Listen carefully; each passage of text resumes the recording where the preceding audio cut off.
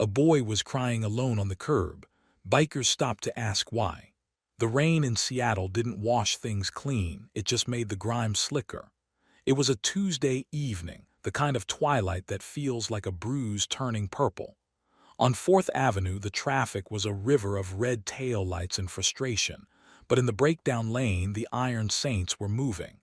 They were a column of 50 black motorcycles, their engines rumbling like a subterranean earthquake. Tank, the president, rode at the front.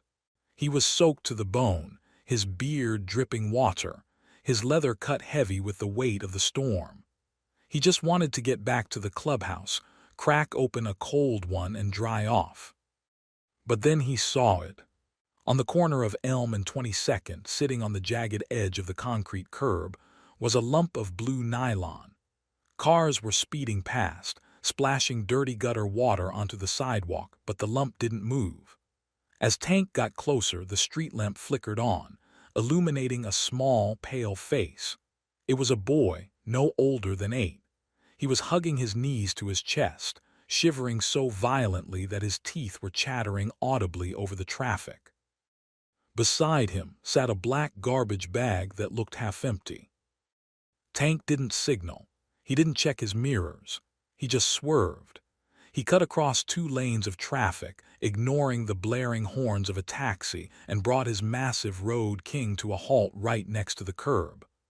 Behind him, 49 other bikes screeched to a halt, creating a sudden, impromptu wall of steel between the boy and the rushing cars. The boy looked up. His eyes were red and swollen, terrified. He saw a giant man dismount a giant machine. He saw the skull patch on the chest. He saw the scars. He flinched, curling tighter into a ball, waiting for the yelling to start. Tank took off his helmet. He didn't approach the kid like a biker. He approached him like a bomb disposal expert. Slow, careful. He knelt down on the wet pavement, ignoring the puddle soaking into his jeans. "Hey there," Tank said. His voice was deep, a gravelly rumble that somehow sounded safer than the high-pitched horns of the city. "You waiting for a bus, son?" The boy shook his head. He wiped his nose on his wet sleeve. "You waiting for your mom?" Tank asked. The boy shook his head again, fresh tears spilling over. He pointed a trembling finger at the black garbage bag. I live here now." Tank looked at the bag. He looked at the boy. A dark, cold rage began to kindle in his chest, hot enough to dry the rain on his skin. "You live on the curb." "Rick said," the boy hiccuped. "Rick said there isn't enough room. He said I eat too much. He put my clothes in the bag. He said if I come back to the porch, he'll call the cops on me for trespassing." Tank looked back at his crew. Viper, the club's intelligence officer, had already dismounted. He was standing there, rain sliding off his glasses, his face a mask of calculated fury. Tiny, the sergeant-at-arms, was cracking his knuckles, looking ready to punch a hole through a brick wall. "Who is Rick?" Tank asked, his voice deadly quiet. "My stepdad," the boy whispered. Mom is in the hospital. She had surgery yesterday. Rick said since she's not there to protect me, he makes the rules. He said I'm surplus inventory." "Surplus inventory," Viper repeated, the words tasting like poison. Tank stood up. He reached down and picked up the garbage bag. It weighed nothing, maybe 2 shirts and a pair of socks. "What's your name, kid?" "Jamie," the boy said. "Well, Jamie," Tank said, extending a hand the size of a dinner plate. "My name is Tank, and I have a rule. No kid sits on a curb in the rain while I'm breathing. You like motorcycles?" Jamie nodded, his eyes wide. "Good, because we're going for a ride."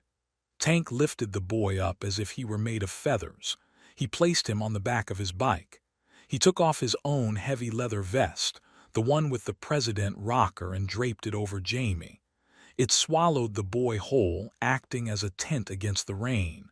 "Hold onto my belt. Don't let go." Tank turned to the pack.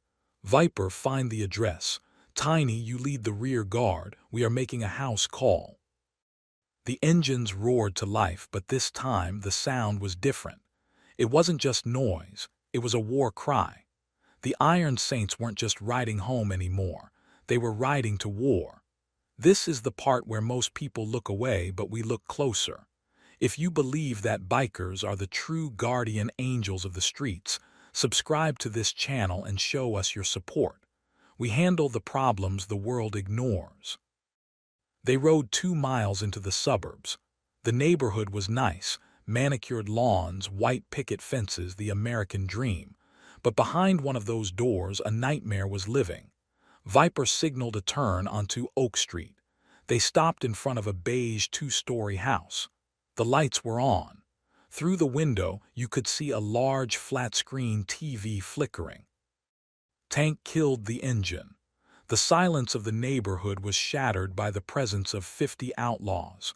Tank lifted Jamie off the bike. The boy was shaking, but not from the cold anymore. "He's gonna be mad," Jamie whispered. "He has a baseball bat." "I brought something better than a bat," Tank said. "I brought the Brotherhood." Tank walked up the driveway. He didn't knock. He pounded on the door with his fist, 3 strikes that shook the frame. Inside, the TV muted. Heavy footsteps approached. The door swung open. Rick was a heavy-set man in a stained tank top, holding a beer can. He looked annoyed, expecting a solicitor or a neighbor complaining about the noise. When he saw Tank, 6'5" of wet, angry biker, his eyes bulged. Then he saw Jamie standing behind Tank's leg. "I told you to get lost, you little leech," Rick shouted, instinctively stepping forward. "I told you." Tank put a hand on Rick's chest and shoved. He didn't shove hard, but Rick flew backward 5 feet, tripping over the entryway rug and landing on his backside in the hallway. "You must be Rick," Tank said, stepping into the house. He didn't wipe his boots. Behind him, 50 bikers filed onto the lawn. Viper, Doc, and Tiny followed Tank inside. The hallway suddenly felt very small. Who are you?" Rick stammered, scrambling backward like a crab. "You can't be in here, this is my house. I'll call the police." "Please do," Viper said, pulling out his tablet. "I'm sure they'd love to hear about the surplus inventory you dumped on the street." Rick tried to find his footing. "Look, it's a family matter. The kid is difficult. He steals food. I was just teaching him a lesson." "He's 8, Tank growled. "The only lesson you taught him is that the man who is supposed to protect him is a coward." Rick stood up, trying to muster some false bravado. "You don't know the whole story. His mother is sick. I'm the one paying the bills here. I'm the one keeping this roof over our heads. I have rights." "Paying the bills," Viper laughed.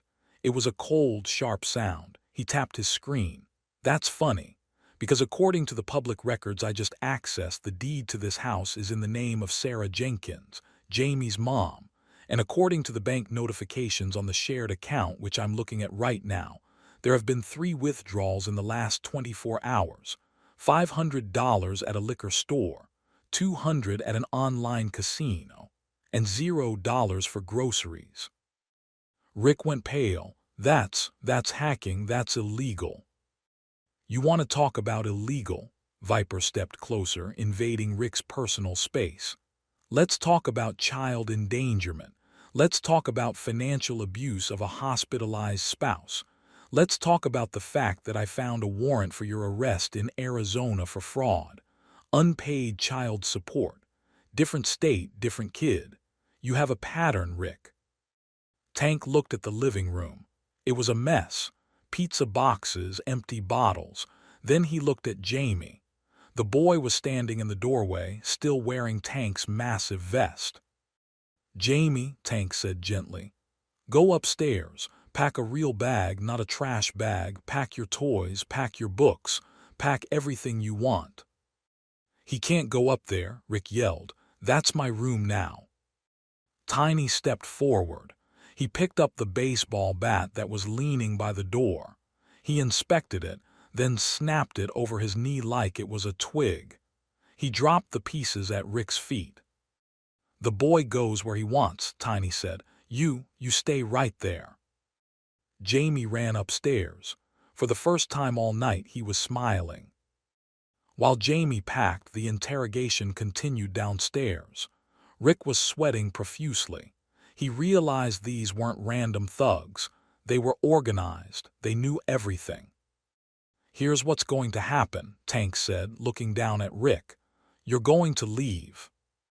"This is my house," Rick whined. "No," Tank corrected. "It's Sarah's house, and until she gets back we're house-sitting. You see, the Iron Saints have a very strict guest policy, and you didn't make the list." "Where am I supposed to go? It's raining." "There's a nice curb on Elm and 22nd, Tank said. "I hear there's a vacancy." Rick looked at the door. He looked at the 50 bikers on the lawn. He realized he had no choice. He grabbed his keys. "Leave the keys," Viper said. "You won't need them where you're going." "Where am I going?" "Well," Viper pointed out the window. Blue and red lights were flashing against the rain-streaked glass. "I sent that warrant info to the local PD about 5 minutes ago. They're very excited to meet you." Rick bolted for the back door. He threw it open and ran into the backyard. He made it about 10 feet before he ran into a wall of leather. The rest of the club had surrounded the perimeter. 2 prospects grabbed Rick by the arms and dragged him back to the front yard just as the police cruisers screeched to a halt. Sheriff Miller stepped out. He saw Tank standing on the porch. He saw Rick being held by the bikers. He sighed. "Evening, Tank," the sheriff said. "You guys causing trouble?" "Just taking out the trash, Sheriff," Tank said, lighting a cigarette. "This guy has a warrant in Arizona, and he left an 8-year-old on the street in a storm." The sheriff looked at Rick, who was screaming about biker gangs and his rights. Then he looked at the open door, where Jamie was standing with a backpack, looking safe for the first time in months. "I see," the sheriff said. He walked over to Rick. "Rick Thompson, you have the right to remain silent. I suggest you use it because nobody here wants to hear your voice anymore." As they cuffed Rick and shoved him into the cruiser, Jamie walked out onto the porch. The rain had stopped. The clouds were breaking, revealing a sliver of moon. "Is he gone?" Jamie asked Tank. "He's gone, little man," Tank said. "He won't bother you again." "But what about Mom? She's still at the hospital." "We know," Tank said. "We're going there next. We're going to post a guard at her door. When she wakes up, she's going to know that you're safe and that her house is safe. And until she gets out," Tank gestured to the lawn. "Tiny and Doc are going to camp out in the living room. Tiny makes great pancakes. You like pancakes?" "I love pancakes," Jamie beamed. "Good." Tank knelt down one last time. He reached into his pocket and pulled out a small silver pin, the wings of the Iron Saints. He pinned it onto Jamie's backpack. "You're an associate now, Jamie. That means you have 50 uncles who are just a phone call away. If anyone tries to make you feel small again, you let us know. We specialize in big problems." Jamie touched the pin. He looked at the bikers, who were now giving him thumbs-ups and revving their engines gently. He didn't feel like surplus inventory anymore. He felt like a king. Can I keep the vest?" Jamie asked, clutching the leather that was still draped over his shoulders. Tank laughed. It was a warm, genuine sound. "Tell you what, you keep it for tonight. It'll keep the monsters away. I'll pick it up when your mom comes home." The police drove Rick away. The neighbors, who had come out to watch, started clapping. They had known Rick was bad news, but they had been too afraid to act. It took a group of outlaws to do what the village wouldn't. That night Jamie fell asleep in his own bed, safe and warm. Downstairs, Tiny was watching cartoons with the volume low, a shotgun propped discreetly in the corner, guarding the castle. It just goes to show that you can't judge a heart by the patch on the chest. Sometimes, the people society calls criminals are the only ones with a moral compass that points true north. We need to look out for each other, especially the little ones who can't fight back. If you enjoyed this story of justice and brotherhood, please click the subscribe button and show us your support. We'll see you on the next ride.